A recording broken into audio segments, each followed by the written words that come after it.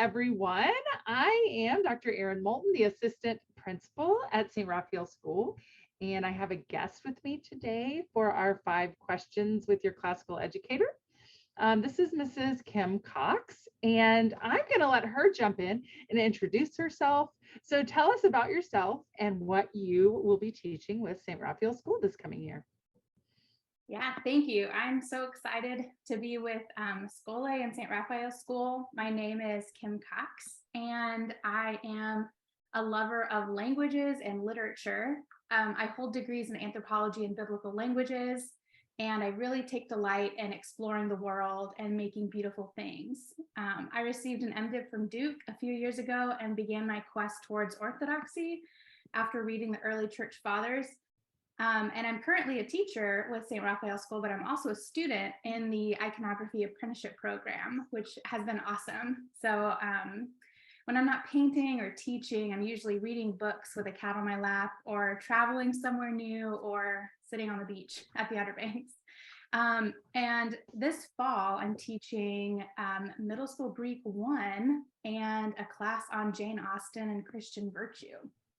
So it's fantastic. I love that you're getting to do some language with us and some literature, and in the traditional style of philology. That's so perfect. And since it's my background too, we should always be studying structure of languages and the actual beauty of languages, in my opinion. So you and I have a lot in common. Here. I agree. So tell me, why do you teach? That's a kind of open-ended question, but we'll just let you take it from there. Why do you teach? Yes, it's such a good question. Well, one of the reasons that I teach is very much because I love to learn. And as far back as I can remember, I was a super eager learner. Like, I got an award in 5th grade for being the most inquisitive, which I don't think was one of the original awards. I think they gave it to me as like a side pity thing. I've always asked lots of questions, and I've always been very invigorated by the discoveries I make about history and nature and culture and the wider world. And some of my most cherished memories are experiences I've had with different teachers who were passionate about what they taught and instilled in me not just a love for all the things we studied, like literature, science, math, drama, what have you, but a love of the learning itself and a passion for what learning is and ought to be. So in many ways, I feel like those teachers helped raise me, both in my education and in the faith. And many of them were mentors, and in some cases, lifelong friends. So it's both that love of learning, but also another reason I teach is because I don't know that there's anything quite as beautiful as witnessing growth in a student. I love Greek and language in particular. And I think it's super fun. Maybe that's just me. I don't know if all the students think it's as fun, but when you're doing it in community, it's amazing. And reading Greek for the first time felt like reading scripture in color, when before I could only read it in black and white, which I don't think diminishes reading in English, which is also great. But reading it in the original language is such a beautiful task. And I love what I've learned, and I really cherish the opportunity to pass that on to others and walk beside them. And seeing them experiencing this growth and this passion that I had, it's just so energizing and super life-giving for me. And in many ways, I feel like I'm more a student of my students than I am their teacher, because I learned so much from them. So it's really just an amazing task. Oh my goodness, I love that. Thank you so much for putting that all into words for us. I always think that the best teachers are the ones who are learning as they go, right? And for me, that's what I love teaching here, is that I feel like I get to learn something new every day from students. Yeah. And you're so right that it is so life-giving to see students grow and change. And we can see it, I think the great thing about teaching foreign language is that you see it even more quickly, right? Because in the course of a year, a student can go from not even knowing an alphabet to being able to read aloud and make sentences. And I mean, it's just astonishing the things that their brains can take in, and really that their souls can take in too, because learning to communicate and read in another language, or to appreciate the beauty of a novel or a poem, changes us completely, completely changes us. Yeah. Wonderful. Okay, my third question, I think might be the hardest one on this list, at least for most of us who teach. So the question is about a book. So what book has been formative to who you are? Book that's been formative. That is a very tough question I because know. there are so many. And I have to first give a shout out to Lord of the Rings, because it's the literal greatest and it has formed me in so many ways. Like, I would cry if I talked about it. Oh. But I'm going to go with Persuasion by Jane Austen, because I read Jane Austen's works every spring. And every time I read them, I'm like so astounded by how much I grow, not just as a reader, but as a Christian. And I read these novels and I feel the growing pains. Like, I see all the ways that I'm like the fools in the story, or like the people who are less exciting to read from. And I have to lean into the wisdom of the heroines who teach me Mhm. so much about virtue and about the life of faith. And last summer, I finished through one of my read throughs with Persuasion. And it just brought me, I had this moment where it just brought me to tears. And I felt like I needed to repent all the ways that I lacked the generosity, the self-command, the fortitude, the patience, like the belligerent hope of Anne Elliot. And I was just like, kind of caught, like, I've read this book so many times and I've been like, oh, that was a great book. It was amazing. But this time I was just like captivated by her. And in all the circumstances of her life and the financial crisis of her family and the trials of love, she doesn't waver in her virtue, but she grows stronger. And I just think that's like the genius of Jane Austen, is that her books are not about romance. They're about unwavering virtue amidst the temptation of like aggravating family members and loss and like hopelessness. And I finished that book and I was like, wow, I'm like a different person than I was before. And I rarely feel that when I'm reading, or I don't rarely feel it. I feel it like kind of sometimes, but it was just this moment of like real change, like what you were saying, when we read literature, it really changes us. So Wow. Persuasion. So that's beautiful. I love it when a work of literature does that for us. And you've absolutely captivated me. I have a secret that I thought I was going to keep a secret. And Presbytera, I think, already spilled the beans on me on another video that I confess I've never been a real lover of Jane Austen, but everyone heard it here that this instructor is convincing me I need to go back and reread at another stage of my life. We're all able to continue to learn and appreciate new things. But truly, I hope anyone who listens to this is why I am so delighted that you're going to teach Jane Austen's works to our students, because I think it's so beautiful to see all of the beauty and virtue that you have found in them. And I am really delighted for you to be able to share that with our students. I think that's truly going to be wonderful. So thank you so much. I might have to start with Persuasion. Last time, years ago, when I read, I started with a different one. So maybe I need to go there. Maybe. I'm really moved by it. I really am. Okay. What has been one of the most beautiful things you've ever seen? The most beautiful things you've ever seen? Yeah.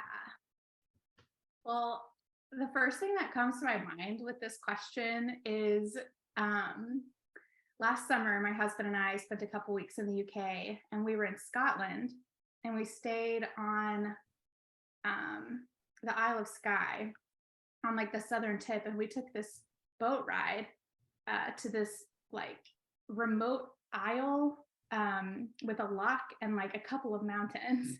And you can only reach it by a 10-mile hike going up from the north side, or from a boat going from the south. And we heard it in passing from like, I don't even remember where we heard it from, but we signed up for this boat tour. And the water on the boat as we were going was just like the most breathtaking and sparkling blue. And we kind of like, we talked about how we felt like we were like, man, this feels like we're in Jurassic Park. Like, it feels like we're going into like this prehistoric era. And it, like, the landscape really felt like that. The mountains are like super lush and green, and the clouds are like billowing over the top. And it was like, this is a place that has been very untouched by humans over all the years that humans have been at every corner of the earth. And we docked at one of the arms of the mountains, and we climbed over and followed this stream. And we turned around this corner, and before us, I wish I could like show you a picture, but it was just this like incredible valley and these two mountains at the very tip of it. And it was the most beautiful thing I have ever seen or beheld.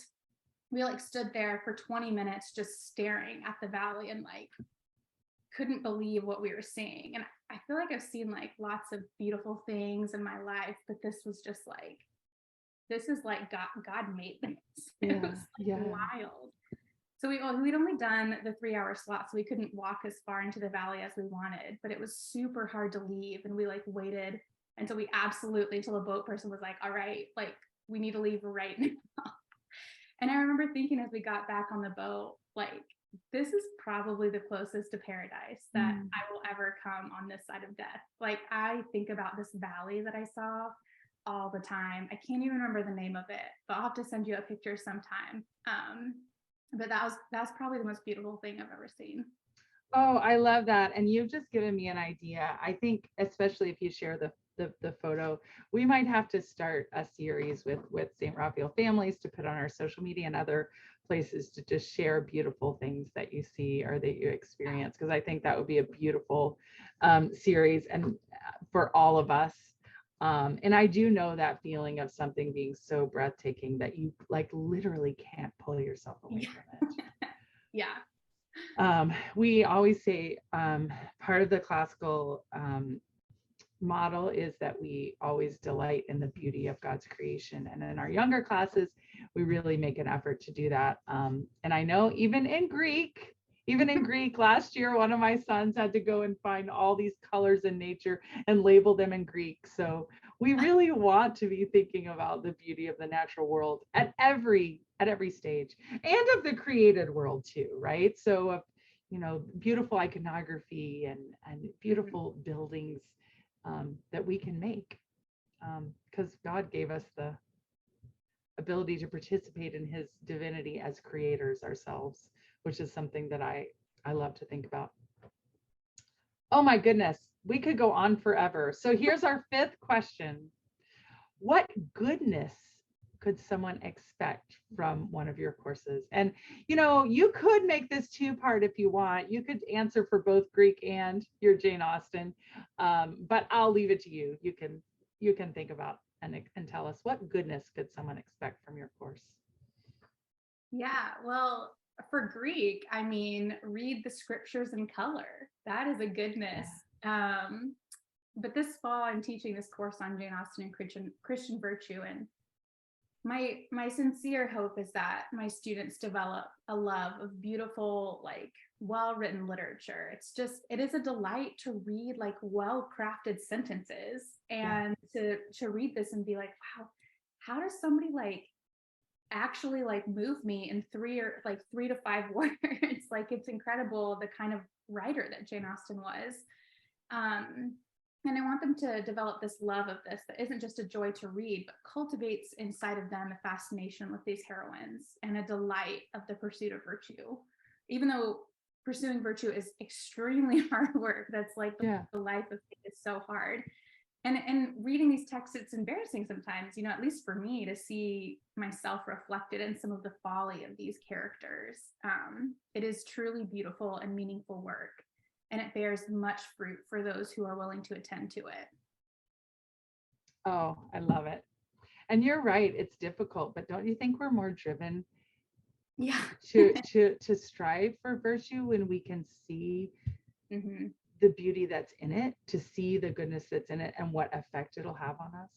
Yeah. There's some beautiful writing about how children who read literature tend to be more empathetic in their lives. And it's because of what you describe, right? When we see characters whom we can identify with, even often when they're the characters that are making the mistakes, Yeah. then it helps us to have so much more empathy for other people in the world, because we can see all these different kinds of people that can exist around us and the kinds of struggles they can have. And I think about that often when I teach literature to younger children. Like, this is your opportunity to be able to like step into the mind of another character and Yeah. experience what that would feel like. Yeah. It's incredible. So I'm gonna have to come peek in on one of your Jane Austen classes. Yes, I think please I'm gonna ask do. permission to do that and be a fly on the wall. I always wish I could do that in all of our courses, but I'm gonna definitely make a point of that for Jane Austen this spring, or yeah, this coming year. So is there anything else you'd like to share with us before we finish? I don't think so. I mean, those are some good questions. I really appreciate just the opportunity to talk with you about them. And yeah, I'm so excited to teach with St. Raphael School. It's going to be awesome. Well, we're so delighted to have you, and can't wait to see where the whole year goes. So thank you so much for your time. And again, one more reminder, Ms. Kim Cox is going to be teaching Greek, and I think it's Greek 1 is the level, right? Greek 1, and then also a course on Jane Austen for older students. Thanks so much for having us. All right.